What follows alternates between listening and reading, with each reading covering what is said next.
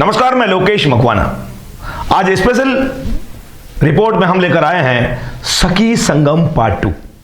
भवानी मंडी में जिला प्रशासन और शिक्षा विभाग के संयुक्त तत्वावधान में सखी संगम 2 का कार्यक्रम आयोजित किया गया, जिसमें जिला कलेक्टर डॉक्टर भारती दीक्षित की मुख्य अतिथि के तौर पर वहां पहुंची और दीप प्रज्वलित कर कार्यक्रम की शुरुआत की। वाद संवाद कार्यक्रम में छात्राओं से सवाल पूछे गए और उनके सवालों का जवाब देती चली गई जिला कलेक्टर। भवानी मंडी में जिला प्रशासन व शिक्षा विभाग के संयुक्त तत्वावधान में सखी संगम 2 कार्यक्रम आयोजित किया गया। कार्यक्रम की शुरुआत मां सरस्वती के समक्ष दीप प्रज्वलित कर कार्यक्रम की शुरुआत की गई। वहीं कार्यक्रम की अध्यक्षता जिला कलेक्टर डॉक्टर भारती दीक्षित द्वारा की गई। वहीं कार्यक्रम के दौरान पधारे उपखंड अधिकारी कमल कुमार मीणा, आरटीएम एचएम वशिष्ठ, उत्तरा मेरा मुख्य जिला शिक्षा अधिकारी, पालिका अध्यक्ष कैलाश बोरा, राजेश गुप्ता, जन अभियोग निराकरण सेवा समिति सदस्य नारायण सिंह चौहान, चेतराज गेहलोत, सत्यनारायण नरूरिया तहसीलदार, रोड सिंह परमार ब्लॉक कांग्रेस अध्यक्ष, पार्षद विनय आस्तुलिया, के राठी समाजसेवी आदि का पुष्प गुच्छ देकर सम्मानित किया गया। इसके बाद छात्राओं द्वारा स्वागत गीत प्रस्तुत किया गया। वहीं कार्यक्रम में छात्राओं द्वारा जिला कलेक्टर से सीधा संवाद किया गया। वहीं छात्राओं को कलेक्टर द्वारा पढ़ाई गई ध्यान में आकर्षित करने की बात कही और पढ़ाई में खुशी ढूंढेंगे तो ही हम पढ़ाई कर सकेंगे। वहीं छात्राओं द्वारा पूछा गया कि लड़कियों को आगे बढ़ने में सोसाइटी पीछे क्यों है। कलेक्टर द्वारा बताया गया कि अगर अपने पढ़ाई में अच्छे अंक लाएंगे तो सोसाइटी भी चेंज होगी और लड़कियों के बीच भेदभाव है उसे हमें मिटाना है। वहीं मिश्रोली की तियाशी जैन ने पूछा कि लड़कियों को आगे बढ़ने के लिए क्या किया जाए। कलेक्टर द्वारा कहा गया कि बिना मेहनत के कुछ नहीं हो सकता, जितना हीरा तपेगा उतना ही निखरेगा। आपके अनुसार सफलता का मूल मंत्र क्या है? कमी अपने अंदर नहीं होना चाहिए, अपने आप पर पूरा भरोसा होना चाहिए। यह बात कलेक्टर द्वारा कही गई। झालावाड़ जिले की बेटियां किशोरी बालिकाओं को शिक्षा, स्वास्थ्य, सुरक्षा और सर्वांगीण विकास के लिए मुक्त चर्चा जिला कलेक्टर द्वारा की गई। वहीं झालावाड़ जिले का प्रथम कक्ष मुक्त विद्यालय राजकीय उच्च माध्यमिक विद्यालय कराउन का भी शुभारंभ जिला कलेक्टर द्वारा किया गया। वहीं बालिकाओं द्वारा सांस्कृतिक नृत्य गीत प्रस्तुत किया गया। बहुत जल्द हर ब्लॉक में आत्मरक्षा प्रशिक्षण शुरू किया जाएगा। मोबाइल का गलत सही तरीके से यूज करें, आपको सही रास्ते पर चलना है, यह बात जिला कलेक्टर द्वारा कही गई। वहीं बालिकाओं ने पूछा कि आपके जीवन में सबसे ज्यादा योगदान किसका रहा। हम गलत आदमी से भी अच्छा सीख सकते हैं, क्योंकि किसी से भी सीखा जा सकता है। वहीं बालिका द्वारा कहा गया कि बाल विवाह पर क्यों नहीं रोक लगाई जाती, प्रशासन क्यों रिश्वत लेता है। अगर सूचना प्रशासन को दी जाए तो प्रशासन जरूर कार्रवाई करेगा। यह आश्वासन जिला कलेक्टर डॉक्टर भारती दीक्षित द्वारा दिया गया। वहीं कार्यक्रम में राजकीय बालिका उच्च माध्यमिक विद्यालय में कार्यक्रम आयोजित हुआ और कार्यक्रम का मंच संचालन प्रहलाद नागर ने किया। राजेश गुप्ता द्वारा उद्बोधन में गर्ल्स कॉलेज की सौगात की बात कही गई। कार्यक्रम के अंत में प्रिंसिपल द्वारा जिला कलेक्टर डॉक्टर भारती दीक्षित को ग्रीन ट्री स्मृति चिन्ह के रूप में भेंट कर सम्मानित किया। वहीं कार्यक्रम के दौरान स्कूल स्टाफ, भवानी मंडी ब्लॉक की सभी स्कूल की छात्र छात्राएं और परिवारजन मौजूद रहे। दिखाते हैं स्पेशल रिपोर्ट सखी संगम पार्ट 2।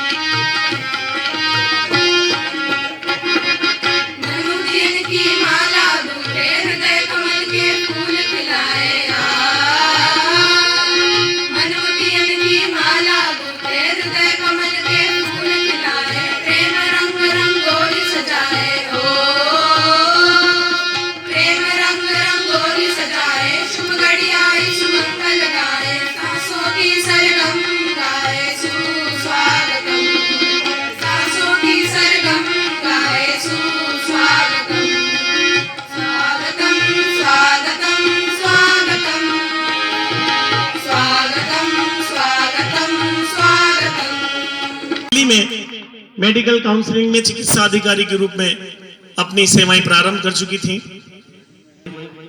सिविल सेवा परीक्षा के लिए आपने सबसे पहले एनसीईआरटी का अध्ययन किया। करंट अफेयर्स की जानकारी के लिए आपने नियमित रूप से दी हिंदू अखबार को पढ़ा। यूपीएससी की जो बहुत टिपिकल और टफ परीक्षा होती है, प्रीलिम्स एग्जाम, बांसवाड़ा में उपखंड अधिकारी के रूप में आपने सेवाएं दी। साथ ही आपके पास नेशनल हेल्थ मिशन और महिला कलेक्टर के रूप में आप हमें मिली और आपको प्रथम बार झालावाड़ जिले के जिले कलेक्टर बनाकर भेजा गया। अपनी सफलता का लेकिन सही मायने में वही विजेता होता है जो उन सभी उतार चढ़ाव को पार कर लेता है। दो शब्दों के साथ एक छोटी सी पीपीटी का प्रेजेंटेशन करना चाहूंगा, क्योंकि आपके द्वारा हमारी इन सब बेटियों को आज मोटिवेशन मिलेगा। आपके साथ ये खुले मन से चर्चाएं करेंगी। खुशबू बिखेरती फूल है बेटी, इंद्रधनुष का सुंदर रूप है बेटी, सुरों को सुंदर बनाने वाली साज है बेटी, हकीकत में धरती का ताज है बेटी, धरती का ताज है बेटी।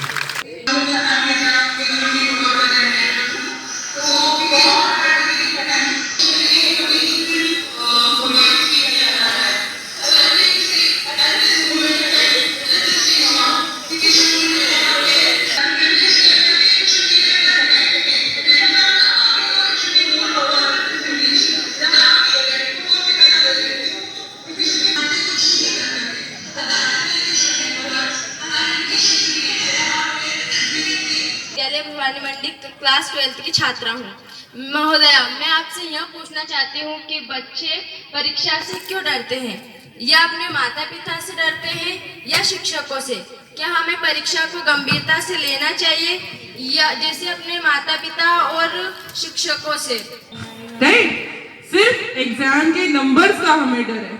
आप ये बताएं, आप जैसे 5 एग्जाम्स देते हैं और कुछ आपके फेवरेट सब्जेक्ट्स होते होंगे या कुछ ऐसे सब्जेक्ट्स होते होंगे जिसमें आप बहुत मन लगा करके पढ़ाई करते होंगे, तो उसमें डेफिनेटली आपके नंबर ज़्यादा आते होंगे। और कुछ ऐसे सब्जेक्ट्स होते होंगे जिनको या तो आप अच्छे से समझ नहीं पाते या उन्हें अवॉइड करते हो, उनमें नंबर्स कम आते होंगे।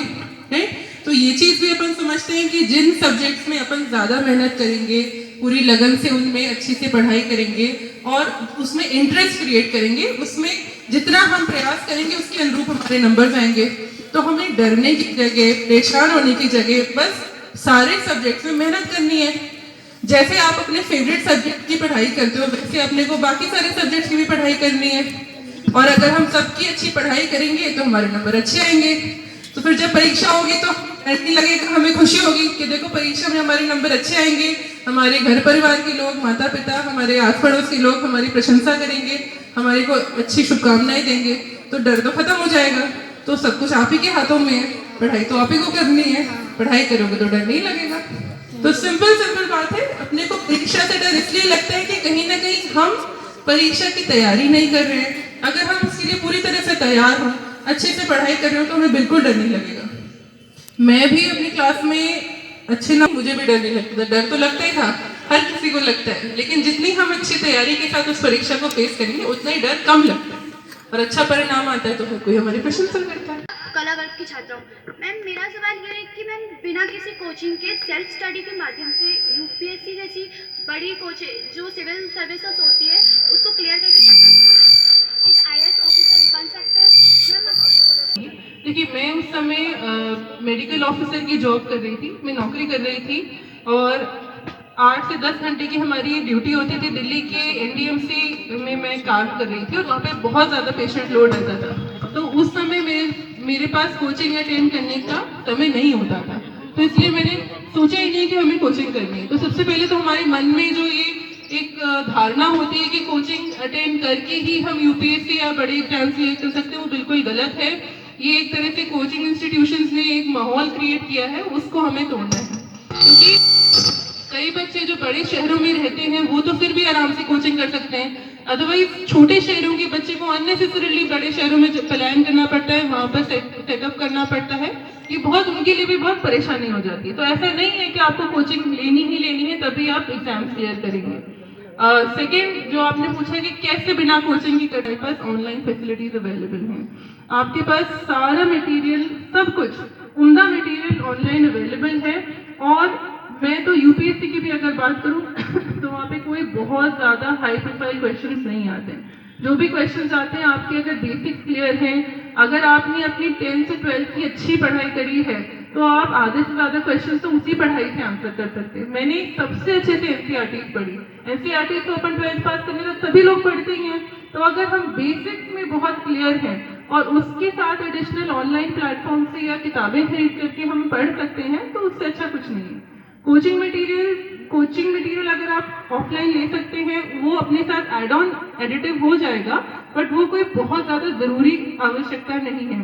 हाँ, मैंने दिल्ली में ज़रूर 10-15 दिन के कुछ मॉडल कोर्सेज ज्वाइन किए थे जिन सब्जेक्ट्स में मैं थोड़ी वीक थी। जैसे इकोनॉमिक्स में थोड़ा बेसिक्स मेरे क्लियर नहीं थे, तो 15 डेज का मैंने मॉड्यूल अटेंड करा था। वो ज़रूर अपन जहाँ जहाँ हमें लगे कि हम ऑनलाइन हेल्प के बाद भी या अपनी तैयारी के बाद भी नहीं कर पा रहे हैं, वहाँ हम एडिशनल मॉड्यूल्स अटेंड कर सकते हैं। बट ओवरऑल कोचिंग की कोई अनिवार्यता नहीं है।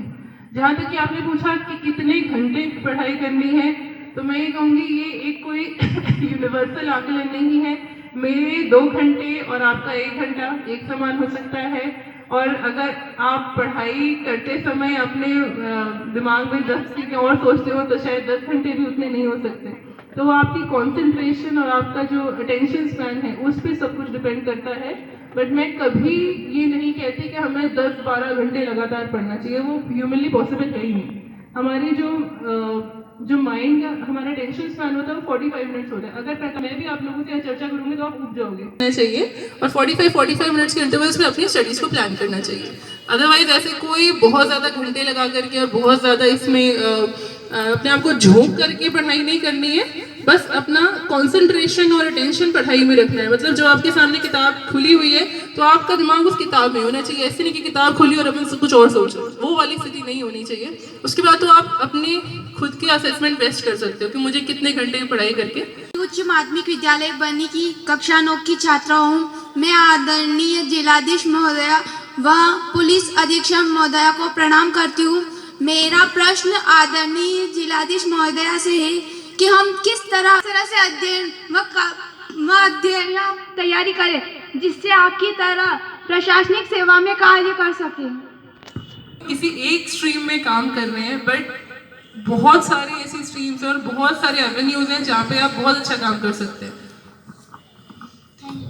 आप जैसे हमारा साइंस स्ट्रीम रहा, वैसे ही सिमिलरली आर्ट स्ट्रीम होता है, कॉमर्स स्ट्रीम होता है। तो जो बच्चे जिस भी स्ट्रीम में अच्छी मेहनत करते हैं वो उसमें अच्छे से अच्छा मुकाम हासिल कर सकते हैं और बहुत अच्छी नौकरियां भी कर सकते हैं, एम्प्लॉयमेंट भी दे सकते हैं लोगों को।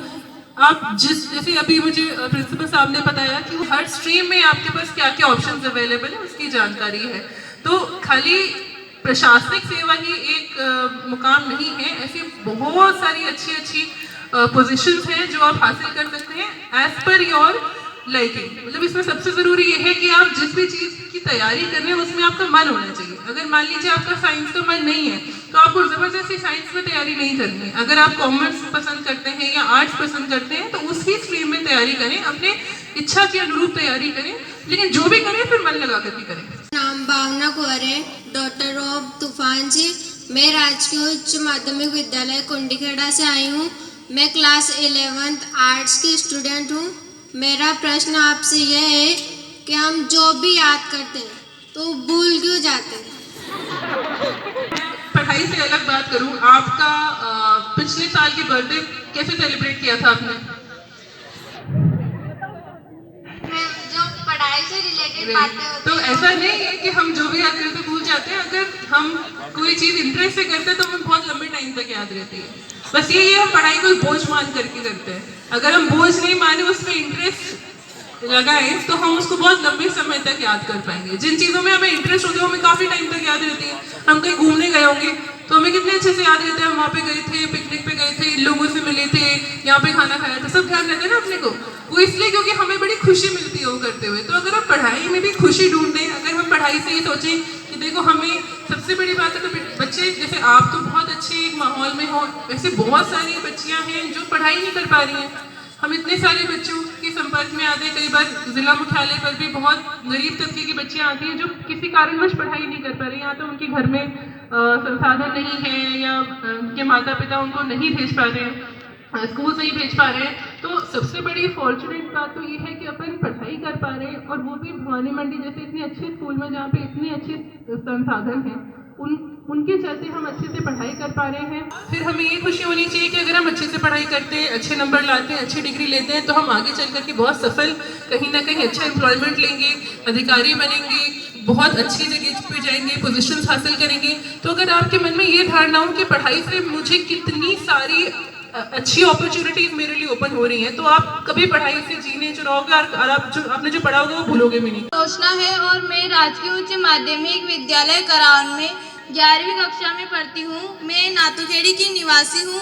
मैं 12वीं पास करान से करने के बाद आगे कॉलेज की पढ़ाई करना चाहती हूँ, और मेरे पिताजी भी मुझे पढ़ाना चाहते हैं, किंतु हमारे आसपास के गांव में कॉलेज नहीं होने के कारण हमें भवानी मंडी आना पड़ेगा। और इसके लिए आप मेरी या मेरी जैसी लड़कियों के लिए क्या कर सकते हैं जिससे मैं या मेरी जैसी लड़कियां आगे बढ़ सके और बढ़ सके? नियरेस्ट अवेलेबल होते हैं ना, आपका जो जहाँ आप रहते होंगे, जिस गांव में ढाणी में रहते होंगे, वहाँ आपको प्राइमरी स्कूल बहुत आराम से मिल जाएगा। फिर सेकेंडरी स्कूल के लिए शायद थोड़ा दूर जाना पड़े, बिकॉज सेकेंडरी स्कूल्स की संख्या कम होती है, वहाँ पे संसाधन ज़्यादा लगते हैं, टीचर्स की आवश्यकता ज़्यादा रहती है, तो इसलिए वो उनके नंबर थोड़े रिड्यूस हो जाते हैं। सिमिलरली जब हम कॉलेजेस की बात करें तो उसमें और ज़्यादा संसाधन की आवश्यकता रहती है, तो उसके लिए आपको और दूर जाकर के पढ़ाई करनी पड़ सकती है। ये सरकार पूरा प्रयास करती है कि हर साल बजट में नए अनाउंसमेंट्स होते हैं, नए स्कूल्स कॉलेजेस ओपन किए जाते हैं, लेकिन फिर भी क्योंकि सरकार के पास रिसोर्सेज लिमिटेड हैं, तो सब जगह कॉलेजेस खोलना पॉसिबल नहीं है। प्रयास ये किया जाता है कि आवश्यकता अनुसार और आप लोगों की जो ज़रूरतें हैं उनका आकलन करते हुए as much as possible schools colleges open किए जाएं। लेकिन ये बात डेफिनेटली ट्रू है कि आप जैसे जैसे उच्च शिक्षा की तरफ जाएंगे तो हो सकता है आपको अपने एकदम घर के पास वो सुविधा ना मिले, आपको दूर जाना पड़ सकता है। तो वो अब हम सब मानते हैं, हम सब ने भी जब पढ़ाई करी है तो उच्च शिक्षा के लिए हमको भी अपने घर छोड़ करके बाहर जा करके पढ़ाई करनी पड़ी थी, बिकॉज एकदम पूरी फुल फ्लेजेड फैसिलिटी हर जगह डेवलप करना प्रैक्टिकली पॉसिबल नहीं है, रिसोर्सेज का कंस्ट्रेंट रहता ही रहता है। बट हाँ, सरकार का प्रयास रहता है कि हर साल ज़्यादा से ज़्यादा कॉलेजेस खोले जाएं, और हो सकता है अगर इस आने वाले सालों में आपकी रिक्वेस्ट मुख्यमंत्री महोदय तक पहुंचती है तो आपके घर के पास भी कोई नया कॉलेज ओपन हो, उसका भी प्रयास किया जाएगा। मेरा प्रणाम, और सम्मान्य कलेक्टर महोदया जी को भी मेरा प्रणाम। सम्मान्य कलेक्टर महोदया जी, मैं पूजा कुमारी जाखड़ राजकीय उच्च माध्यमिक विद्यालय रामनिवास घटोद में कक्षा 11वीं में पढ़ती हूँ, और मैं घटोद की निवासी हूँ। माननीय महोदया जी, मैं भी प्रशासनिक सेवा में जाना चाहती हूँ। कक्षा 12वीं की पढ़ाई करने के बाद आगे बढ़कर मैं भी इस पद को प्राप्त करना चाहती हूँ। बहुत डिटेल में आपने शेयर किया। आपने जो कहा कि आप क्या कर सकते हैं, इसमें अभी अनुकृति योजना हमारी राज्य सरकार की शुरू हुई है, और अभी झालावाड़ में इसका एक भी एप्लीकेशन नहीं आया है। तो जो बच्चियां पढ़ाई करना चाहें, मतलब 12वीं के बाद की, आप अपने स्कूल से संपर्क करें। इस योजना में फ्री आपको उच्च शिक्षा की तैयारी के लिए, मतलब कॉम्पिटिशन्स की तैयारी के लिए सरकार की तरफ से बहुत शानदार योजना है। सारी व्यवस्थाएं फ्री ऑफ कॉस्ट मिलेंगी, आपको अपनी तरफ से एक भी रुपया खर्च नहीं करना, सरकार आपके लिए सारी फंडिंग करेगी। इसके प्रस्ताव बना करके आप जिला शिक्षा अधिकारी के यहाँ भिजवा सकते हैं। इसमें आप भी फॉलो करिएगा। इसमें सब अपने पूरे झालावाड़ में भी एक भी एप्लीकेशन नहीं है, तो जैसे कुछ बच्चियों से अपन संपर्क करें, और हम कोशिश ये करेंगे बच्चियों को अपने परेशानियों, ये योजना आप जैसे बच्चों के लिए डिजाइन की गई है जो बहुत महत्वाकांक्षा रखते हैं लेकिन किसी कारणवश संसाधनों की कमी की वजह से आगे नहीं बढ़ पाते, तो उसके लिए हम जरूर इस प्रस्ताव को टेकअप करके इसको स्वीकृत करेंगे। हम ये बना रहे हैं, हम बना रहे हैं, आपके घर वाले, हम लोग के आसपास के लोग सब मिलकर ये सोसाइटी बना रहे हैं। अभी जो मैंने उन बच्चे को कहा कि अगर हम जो हमारे माता पिता हमसे अपेक्षाएं रखते हैं उसमें खरे उतरें, अगर हम बहुत अच्छे से पढ़ाई करें, किसी गलत आदत में नहीं पड़े, तो ऑब्वियसली सोसाइटी की मानसिकता चेंज होगी।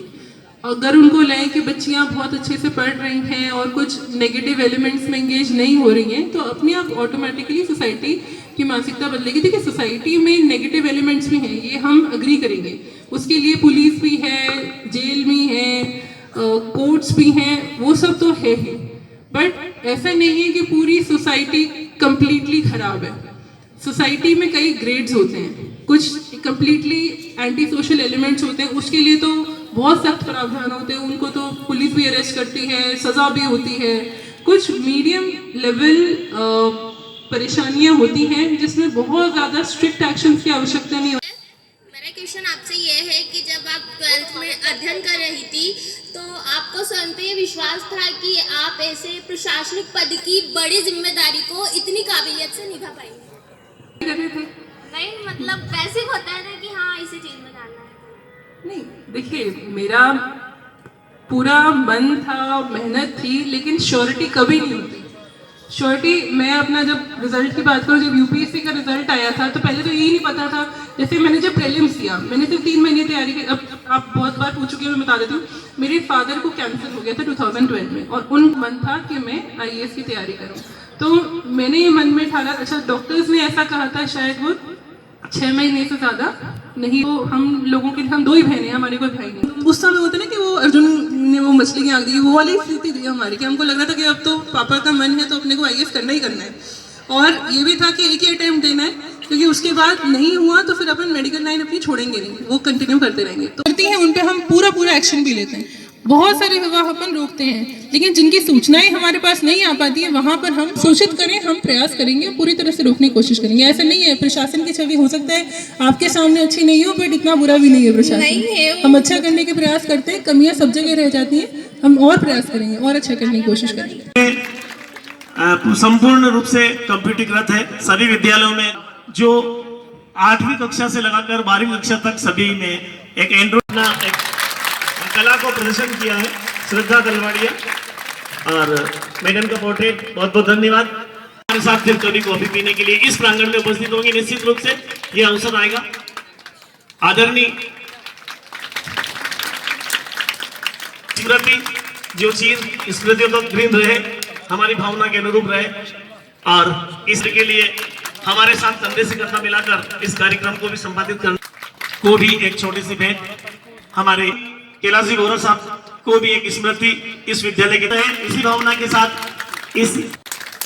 इसी के साथ मैं मुख्य जिला शिक्षा अधिकारी शिक्षा की सिरमौर हमारी मार्गदर्शिका और झालावाड़ जिले की शिक्षा जगत के सर्वोपरि पद पर पदार्थ गुप्ता साहब जो जन अभाव अभियोग निराकरण समिति के सदस्य हैं, उन्हें होना चाहिए। गौरव साहब को पुष्पगुच्छ भेंट करके उनका अभिनंदन और स्वागत करें। आदरणीय ज्योति गुप्ता मैडम को आमंत्रित करूंगा। आप पधारे माननीय तहसीलदार साहब को पुष्पगुच्छ भेंट चेतराक्षी के सागर व्याख्याता स्थानीय विद्यालय को आप पधारे, और माननीय राणा साहब का नारायण सिंह जी साहब विराजमान हैं, आप उनका यहाँ पे जो आज प्रोग्राम किया गया है, मेरे आदर्श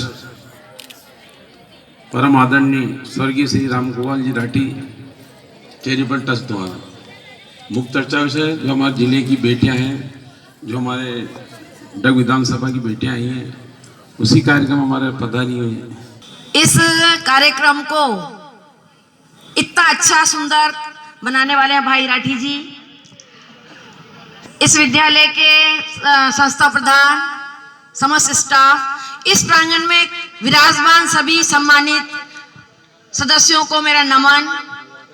प्यारी बेटियों, आज का ये कार्यक्रम वास्तव में डायरी में लिखने लायक, स्वर्ण पंक्ति में लिखने लायक है। आप आज का दिन, आज का समय हर बेटी को याद रहेगा कि हमारा कलेक्टर मैडम से सीधी बात की। कभी भी आप इसको जीवन में नहीं भूल पाएंगे। जैसा कि आपसे मैडम ने बात की, मैडम का विभाग की ओर, विभाग के ऊपर पूरा आशीर्वाद है। कोई भी कार्यक्रम होता है, चाहे वो 15 अगस्त हो, 26 जनवरी हो, 12 अगस्त का कार्यक्रम मनाया था, 2 अक्टूबर का मनाया था, जो भी कार्यक्रम हम करते हैं, काम तो करना ही होता है, विभाग को जो जिम्मेदारी दी, लेकिन मैडम हमेशा कहती हैं, अरे आपका काम बहुत अच्छा है। पधारो म्हारे देश